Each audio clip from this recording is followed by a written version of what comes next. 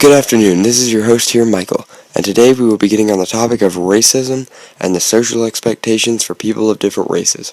We will be exploring the use of racism and racial stereotypes throughout different sources of text and websites.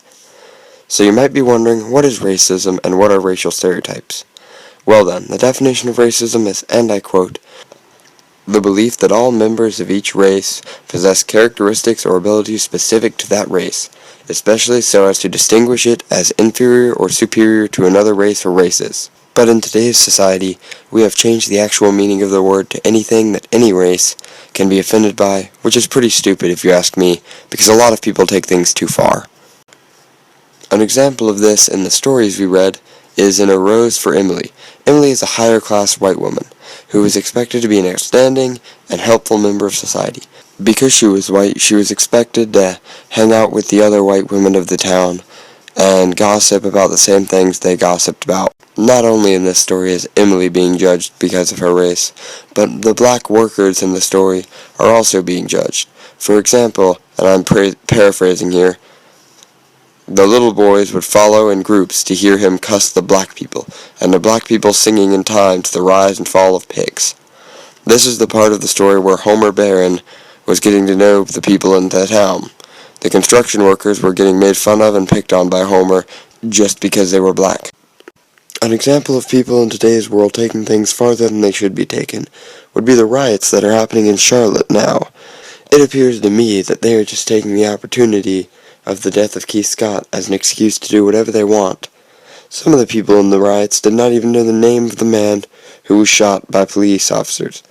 They are doing illegal acts with an unjust cause, which makes them criminals, but to my knowledge, only a couple of people have actually been arrested, which in my opinion is wrong, because they should be getting arrested for doing illegal acts. I have two theories as to why they are not getting arrested.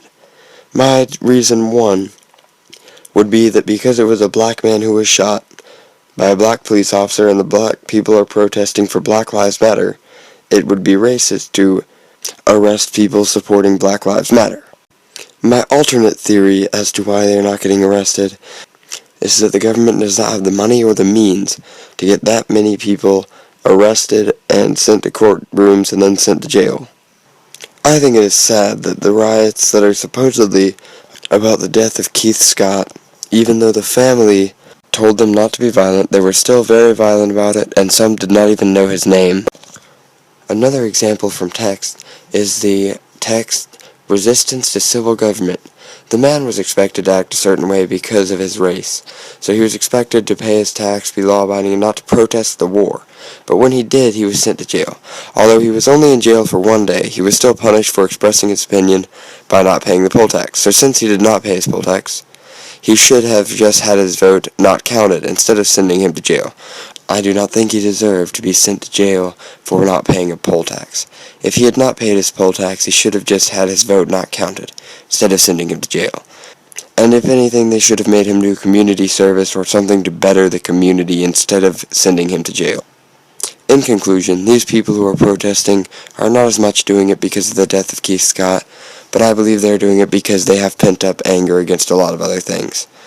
Whether they are very valid reasons to be angry, or just plain stupid reasons, they are using the death of this man as an opportunity to get out their anger, which is, in my opinion, immoral and disrespectful towards the family and memory of Keith Scott.